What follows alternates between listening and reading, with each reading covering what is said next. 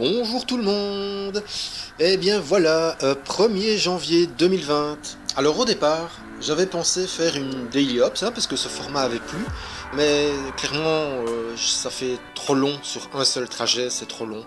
Donc j'ai juste pris une séquence et quelques autres.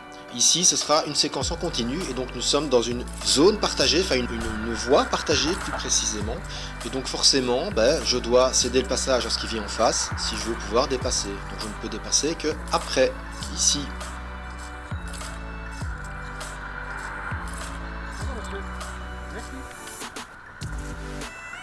Oui, j'avais pas prévu du tout que la dame là allait tirer aussi violemment son compagnon, ou en tout cas la personne avec qui elle était, et c'était pas le but. On est censé en tant que cycliste faire tinter la sonnette pour prévenir de notre arrivée. C'est pas, le but n'est pas une agression ou de dire bougez-vous, non, on est censé le faire pour prévenir les piétons qu'on arrive. Et dans une voie partagée comme ça, forcément, il convient de tenir sa droite, de faire attention, donc le partage de la route. On n'est pas tout seul, et donc autant moi je dois faire attention quand il vient quelque chose en face comme je l'ai fait, autant les piétons, s'il y a une sonnette qui teinte, doivent tenir leur droite, parce qu'ils ne peuvent pas prendre toute la voie, c'est normal. Et ici, à propos de voie, magnifique cette piste cyclable, une fois qu'il n'y a personne de garé dessus, ça fonctionne beaucoup mieux, c'est beaucoup plus agréable.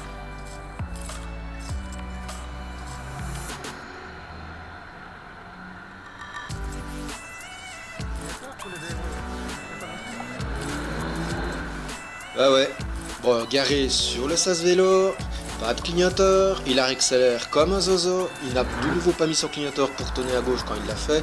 Bon voilà, c'est souvent ceux qui n'ont aucune considération pour le code et donc pour les règles du code de la route, en général cumulent allègrement. Bah oui, ça ne les concerne pas, ils sont au-dessus de ça, ça ne sert à rien. Absolument à rien. Sauf que si, en fait le code de la route, il sert entre autres à pouvoir anticiper les mouvements des autres, parce que ça formate nos mouvements. C'est pas une question de bon sens comme certains aiment le dire, non, ça n'a rien à voir avec le bon sens. D'ailleurs, il y a même des règles qui sont assez antagonistes avec ce qu'on pourrait estimer comme le bon sens, comme les fameux SUL par exemple, les sens uniques limités. Mais oui, mais statistiquement, il est bien prouvé qu'effectivement, ce genre d'infrastructure est beaucoup moins dangereuse que ce qu'on pourrait croire.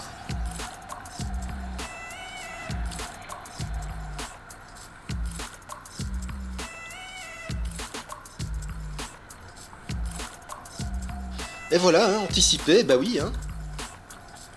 Le fait de savoir que des piétons sont prioritaires à l'approche ou quand ils sont juste au bord d'un passage pour piétons me permet de pouvoir anticiper, de comprendre que je dois freiner donc ralentir et même freiner si besoin. Ils ont priorité, ils sont sur leur bande. J'ai été surpris là, ici, par le dépassement de ce cycliste. Donc je vois qu'il se retourne, je sais pas, peut-être qu'il imagine que j'allais prendre sa roue, non, je le laisse aller, c'est un vélo de course. Voilà, je sais que il sera forcément plus rapide. Mais quoique, parce que au fur et à mesure, voilà, moi je continue, j'accélère tout doucement pour atteindre presque le 30 km/h. Oui, parce qu'ici je sais atteindre le 30 km/h. Et, voilà. Pas très bien placé, 3 minutes d'avance seulement. Hop, Rico, oulala. Oh, la fusée Rico vient de dépasser son pote, accélération terrible du Rico qui laisse tout le monde sur place. Oh, incroyable, oh, la fusée est partie. Ping.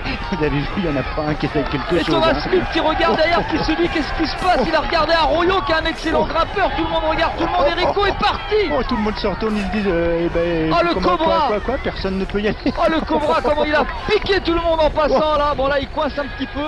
Il faut s'en remettre d'un démarrage comme ça. Oui, un petit coup de coude à mon comparse youtubeur au cycle. J'avais trop envie, et là l'occasion s'y présentait mais magnifiquement, donc ouais, voilà. Et je vous conseille d'aller voir sa chaîne si vous ne l'avez pas encore fait. Une très bonne chaîne qui commence à avoir pas mal de vidéos. Et on revient au présent, regardez ici, le véhicule, un petit dépassement, alors qu'on arrive sur un feu rouge qui permet aux cyclistes de tourner directement. Donc c'est un B22 ou B23, je ne sais plus trop, mais voilà. Donc s'il vous plaît, évitez de dépasser un cycliste quand vous approchez de ce genre de feu rouge là. De toute manière, le cycliste lui peut passer, donc ce sera un dépassement dangereux et inutile.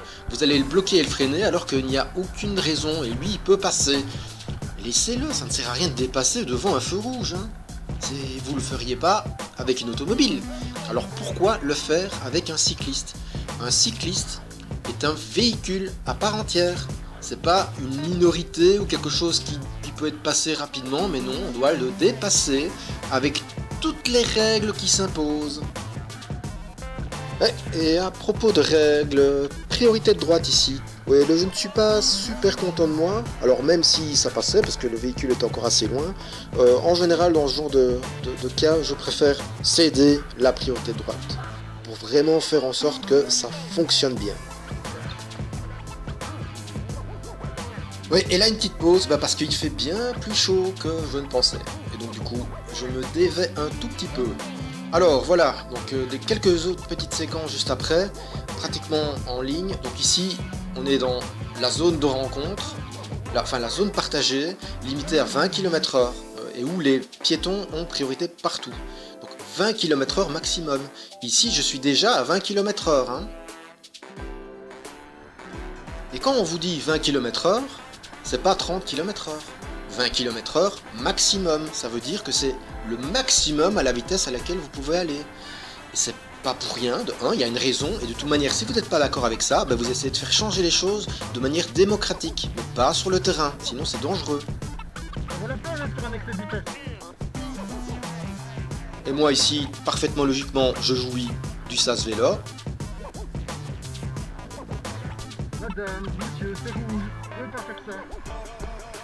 Petite dédicace à tous ceux qui pensent que je n'en ai que aux automobilistes. Ben non, j'en ai à ceux qui ne respectent pas le code, qu'importe le véhicule qu'ils utilisent. Et à propos justement du respect du code, l'autre zozo auquel j'ai fait une remontrance tout à l'heure, juste là maintenant, il n'a pas apprécié et du coup il me colle énormément. Et donc du coup il faut que je lui dise, monsieur, les distances, voilà. Et je lui signale que oui, il peut me dépasser là, c'est même pas un dépassement du coup, il peut prendre cette voie là.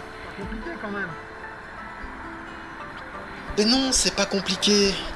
On est en agglomération, et quand il y a plusieurs voies de circulation dans le même sens en agglomération, les conducteurs, quels qu'ils soient, ont le droit de choisir leur bande de circulation en fonction de l'endroit et donc de la direction où ils vont aller.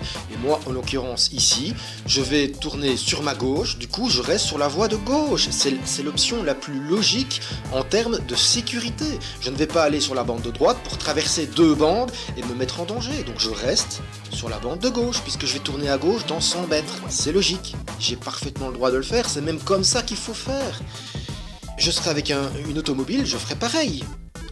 Et je le fais en vélo, parce que c'est la même chose, c'est le même principe. Au point de vue de la sécurité, c'est l'option la moins dangereuse. Et si vous voulez aller plus vite, vous prenez la voie de droite, ce n'est pas un dépassement, puisqu'il y a deux voies de circulation qui vont dans le même sens. C'est dans le code de la route. Encore une fois, l'obligation et l'importance de connaître son code. C'est tellement simple une fois qu'on comprend ce genre de règles. Ça fonctionne mieux. Allez, bonne route tout le monde!